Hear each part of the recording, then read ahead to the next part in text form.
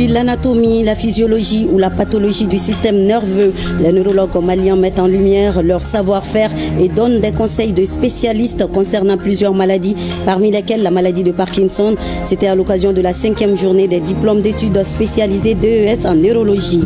Et du sport, football éliminatoire mondial 2026, Ghana-Mali pour le compte de la 8e journée. C'est ce soir à Accra. Les Aigles du Mali veulent et doivent impérativement gagner pour se maintenir dans la course. Lundi 8 août, ravi de vous retrouver, madame, monsieur, bonjour et soyez les bienvenus dans ce 13h. Je vous le disais à l'instant, éliminatoire Coupe du Monde 2026, zone Afrique. Les Aigles du Mali affrontent ce soir en terre ghanéenne les Black Stars, leaders du groupe 1 avec 16 points et qui avaient gagné à l'aller à Bamako 2-1. Conscients de l'enjeu de la rencontre, les Aigles revanchards comptent s'appuyer sur leur détermination et la stratégie qu'ils ont mis en place tout au long de leur rassemblement pour engager la victoire ce lundi en vue de maintenir leurs chances pour la suite de la campagne. Nos envoyés spéciaux à Accra sont Aridou Matina et Sambou Diakité. Les Black Stars du Ghana sur la route des Aigles du Mali à l'occasion de la 8e journée des éliminatoires de la Coupe du Monde 2026 dans le groupe I. L'affiche est des tailles et les protégés du sélectionneur Tom Saint-Fit, après leur brillant succès contre les Comores, sont décidés de défier le Ghana chez lui. On sait à quel point ce match est très important pour nous et surtout pour la qualification. Et voilà, on sait que Ghana aussi c'est une équipe très costaud, surtout à domicile. On sait qu'on a notre destin en main. On ne devrait pas compter sur d'autres équipes. Voilà, aujourd'hui, on a tout. Et je pense qu'avec tout le travail qu'on a fait depuis qu'on est arrivé, si on continue ce chemin, il n'y a rien qui nous empêchera d'avoir la victoire au Ghana. Affronter le leader du groupe devant son public, surtout qui sort d'un nul lors de la 7e journée, 1-1 contre le Tchad en Djamena, n'est pas chose aisée.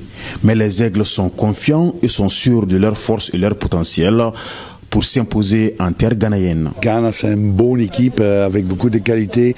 Ils n'ont pas fait le meilleur match au Cachat. Ils veulent revancher et on va jouer là-bas. C'est jamais facile. Mais on a entraîné ici au Berkane notre stratégie. J'ai confiance de mon équipe. On a beaucoup de respect pour Ghana. C'est une grande équipe en Afrique et au monde. Chaque individu du Ghana, ce sont des grands joueurs, mais on a aussi de très bons joueurs et on va préparer une stratégie qu'on pense que c'est le meilleur pour gagner les 3 points.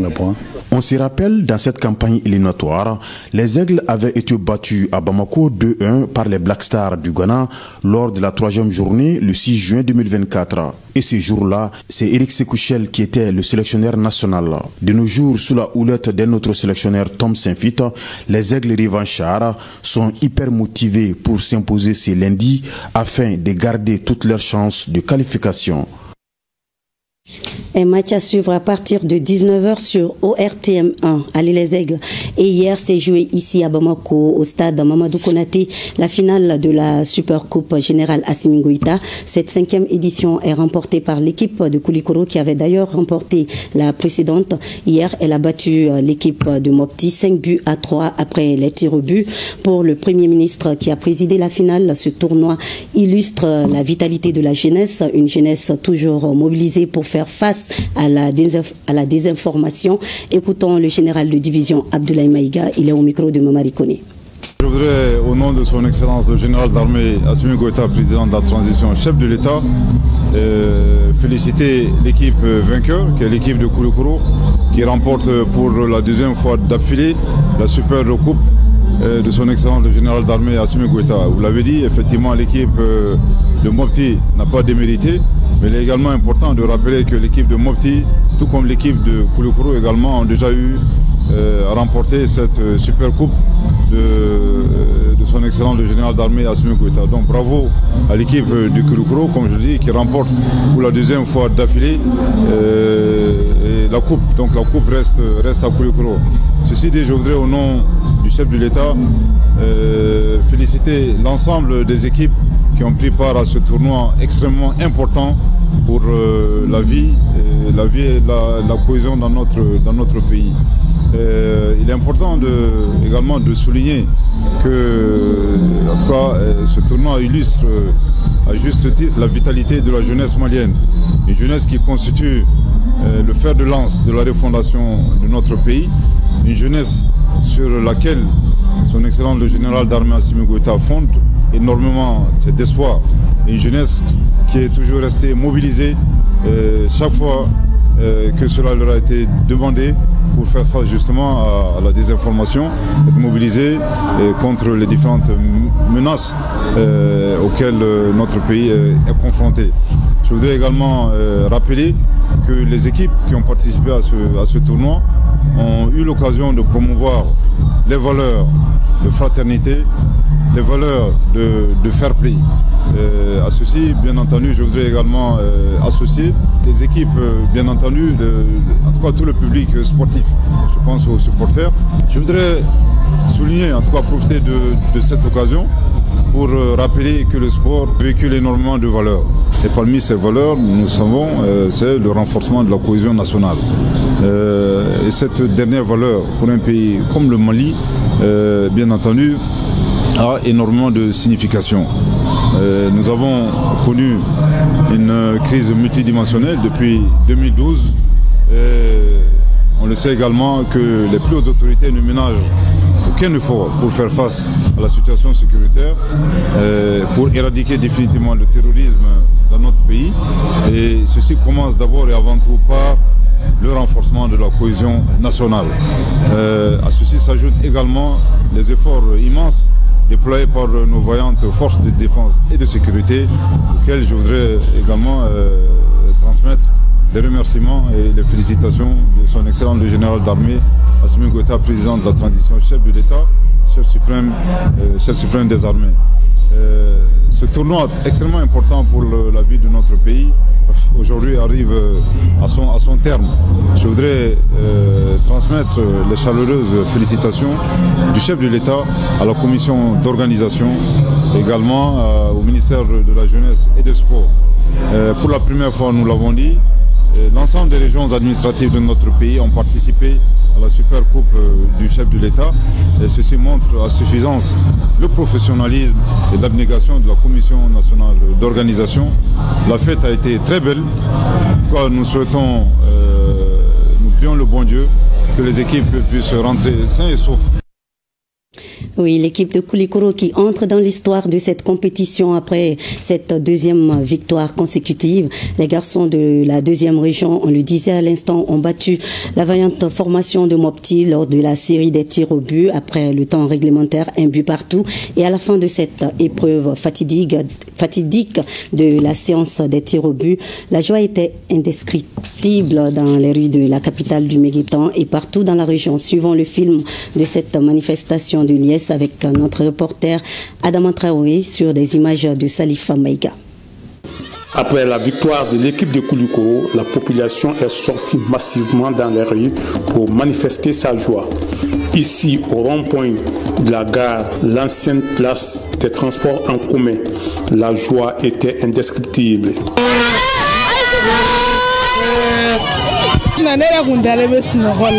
C'est à cause des cris de joie intense que je me suis réveillée pour venir manifester ma joie. Tout au long du trajet jusqu'à Koulikoroba, les rues ne désemplissent pas de monde. Même les mères de famille se sont données à cœur joie. En témoigne cette prestation devant son étal.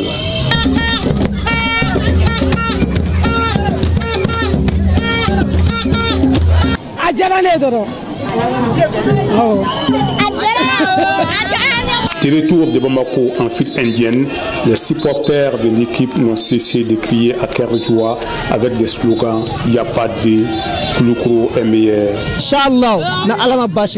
Je demande à l'équipe de rester sur cette dynamique pour que l'année prochaine, qu'elle puisse remporter de nouveau. La ferveur était totale.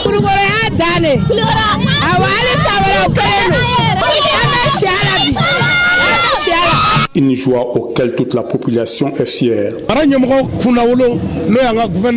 La promesse a été tenue. L'année dernière, nous avons remporté la coupe.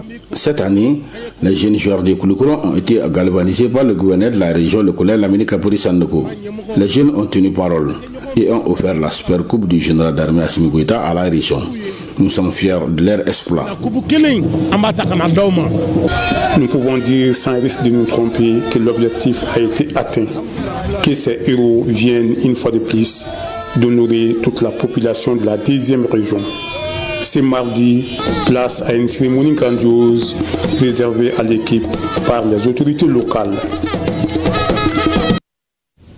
Et à présent, je vous donne lecture de ce communiqué. L'état-major général des armées porte à la connaissance de l'opinion que les opérations de traque et de destruction des GAT se poursuivent sans relâche dans la région de Caille après les opérations du samedi 6 septembre 2025 qui ont porté un coup dur aux GAT avec la destruction de plusieurs sanctuaires terroristes.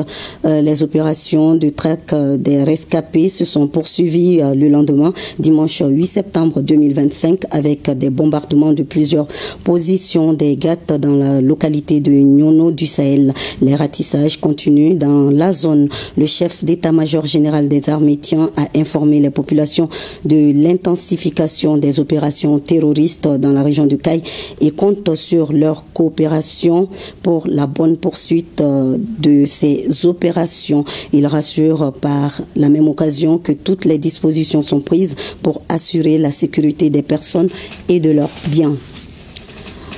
5e journée des DES en neurologie, c'est-à-dire diplôme d'études spécialisées. C'était samedi dernier, une journée mise à profit pour mettre en lumière le savoir-faire des neurologues.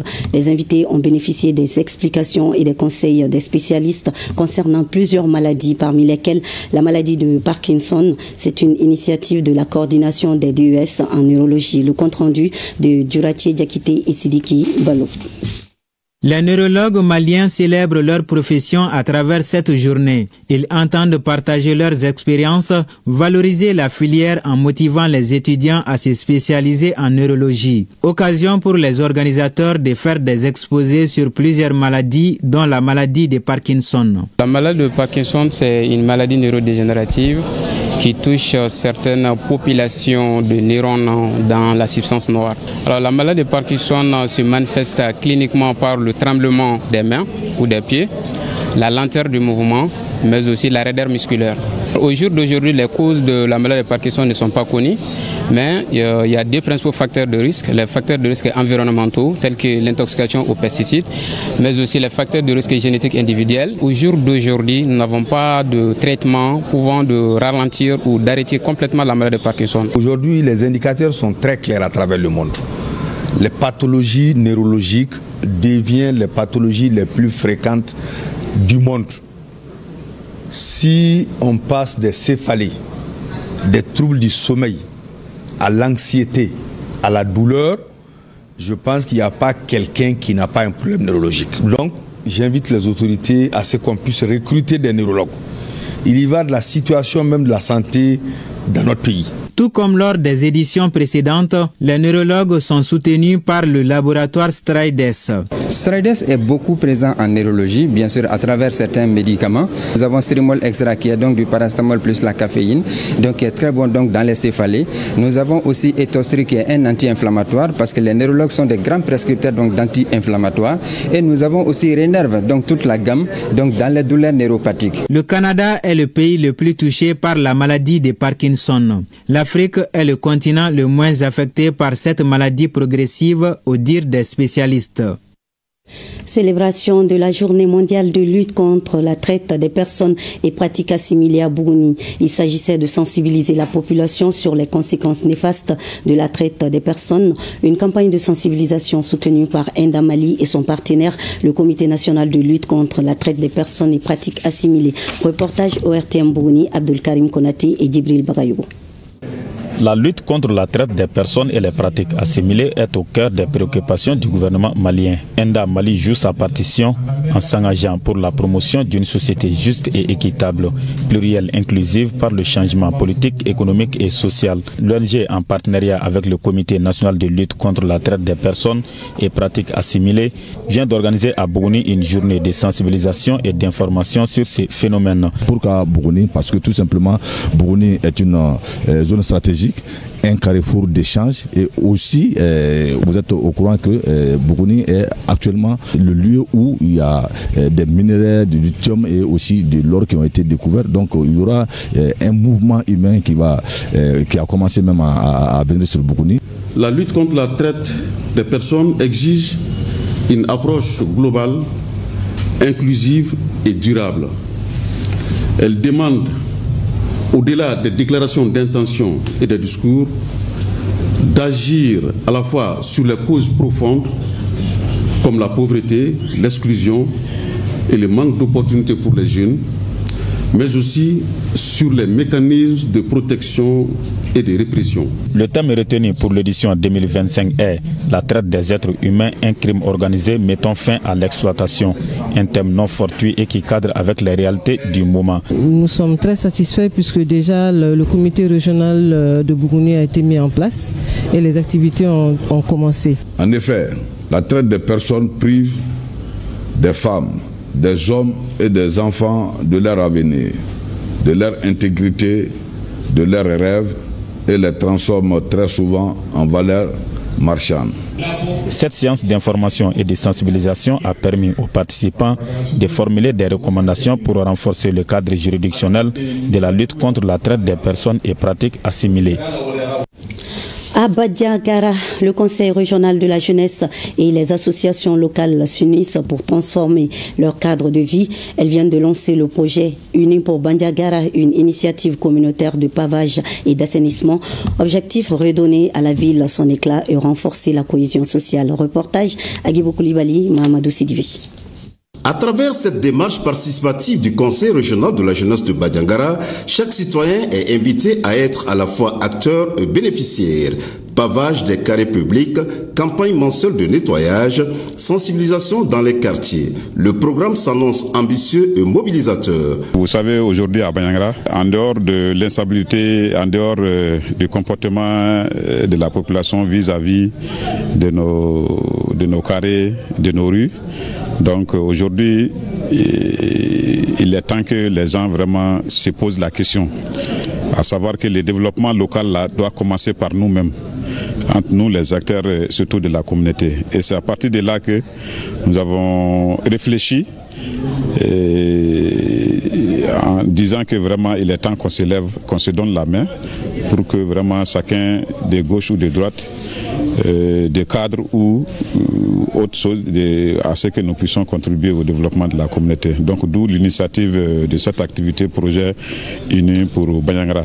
Les autorités coutumières ne cachent pas leur satisfaction. C'est une grande première ça, de voir les jeunes de Badiagara, le bureau régional réunis, avoir conçu un tel projet, mais il n'y a rien de tel bon. J'ai eu à le dire et à le répéter. Nous, en tout cas, autorités traditionnelles, nous les soutenons et nous sommes prêts. Nous serons obligés de faire la restitution au niveau des quartiers et nous allons prendre les dispositions nécessaires pour les accompagner. Ils nous ont démontré par leur action que c'est l'implication de toutes les forces vives de la ville qui est sollicitée pour qu'ensemble, vraiment d'accompagner nos autorités pour que nous puissions vivre de nous-mêmes et de ne pas attendre. D'ailleurs, démontrer notre force afin que les autres puissent nous imiter et pour être indépendants, non seulement économiquement, culturellement et socialement. Au-delà des pavés posés et des déchets ramassés, Unis pour Badiagara veut avant tout créer une dynamique citoyenne. Une invitation lancée à tous les habitants pour faire de la solidarité et de l'action collective le moteur du développement local. Ici dans la capitale, plus précisément à Sirakoro Meguetana, la solidarité citoyenne s'exprime à travers une campagne de reboisement initiée par l'association Royaume des jeunes ambassadeurs de la citoyenneté. Cette action vise à restaurer le couvert végétal du groupe scolaire du quartier, sensibiliser à la préservation de l'environnement et renforcer la lutte contre le changement climatique. Bokari Koulibaly et Oumar Kone ont suivi la campagne de reboisement. Reportage. Des arbres arrachés par la pluie torrentielle qui s'est abattue sur Bamako dans la nuit de jeudi à vendredi, le groupe scolaire de Sirakoro Meguetana en a payé le prix. Face à ces désastres écologiques, des anciens élèves réunis au sein de l'association Royaume des jeunes ambassadeurs de la citoyenneté ont décidé d'agir. Leur réponse, une campagne de reboisement pour redonner vie au couvert végétal. Nous constituons les 70% de la population malienne, les jeunes. Donc si chaque jeune malien plantait un arbre, on aura quand même contribué à ce que la déforestation s'en aille. Donc nous sommes là dans cette perspective. Chaque jeune malien, un arbre. Et c'est là on va contribuer vraiment à ce que le sol soit fortifié, afin que la déforestation vraiment s'engage. Près d'une vingtaine de jeunes plants ont été mis en terre, orangers et manguiers, appelés à remplacer les arbres déracinés. Un geste citoyen, mais aussi un souffle d'avenir pour cette école. Pour qui connaît l'importance de l'ombre pour les enfants, vraiment, nous disons que c'est une très bonne initiative parce que l'école en a tant besoin. Je m'engage à l'entretien de ces arbres pour qu'ils nous soient utiles. Au-delà du reboisement, l'initiative se veut un message, celui de la lutte contre la déforestation, les effets du changement climatique et la préservation de la biodiversité. Un acte simple mais porteur d'espoir qui rappelle que protéger la nature, c'est aussi protéger les générations futures. Des projets sont en vue pour le second cycle de Sévaré. Les anciens élèves de cette école se sont réunis ce week-end à Bamako. Plusieurs d'entre eux occupent aujourd'hui des postes de responsabilité. Cette rencontre avait donc pour objectif de revivre les souvenirs de l'époque et d'échanger sur ses futurs projets. Quatrième du genre, cette édition était placée sous le thème « Hommage aux camarades disparus ». Aminata Brahima Ouedraogo et Tayeb Adiaouyakoui. 3 décennies se sont écoulées, mais l'ambiance, elle, demeure. Après avoir franchi les seuils de l'école second cycle de Sévaré, depuis les années 70, chacun poursuit son chemin. Cependant, ses anciens camarades d'école restent liés par l'histoire et les souvenirs d'enfance. Donc, tout ce qui a à faire le second cycle de Sévaré dans les années 70, au temps où le second cycle était très bien, dès lors quand même, s'il y a un regroupement comme ça, vraiment, moi, je suis très content. Je me rappelle quand même de notre surveillant qui était M. Sow, qui nous taquinait parce que quand il faisait des petits à l'école, il nous disait « Anne ». Tous ces gens-là que vous voyez, j'ai pu les voir ou discuter avec eux ou être sur le même banc. Donc aujourd'hui, je ne peux même pas exprimer ce que je ressens en termes d'émotion, en termes de souvenirs. Les gens sont devenus des pères de famille, des cadres de ce pays. Ça fait plaisir de se retrouver encore et savoir que chacun de son côté est en train de faire quelque chose pour le développement du pays. Au-delà de l'aspect festif, ces retrouvailles sont aussi une occasion pour les diplômés du second cycle de Sévaré de réfléchir au développement de leur ancien lieu d'apprentissage. Pour cela, les projets ne manquent pas. Actuellement, nous construisons une infirmerie au sein du second cycle de Sévaré. Elle sera opérationnelle pour la rentrée prochaine. Certains sont devenus des cadres, des enseignants et d'autres des infirmiers. Mais il y a aussi ceux qui ne sont plus de ce monde. C'est pourquoi cette 4e édition a été dédiée à ces illustres disparus pour leur rendre hommage. Et c'est la fin de cette édition. Merci de votre fidélité. À 20h, vous avez rendez-vous avec Baraki Sawatara. Bel après-midi et à demain 13h, Inch'Allah.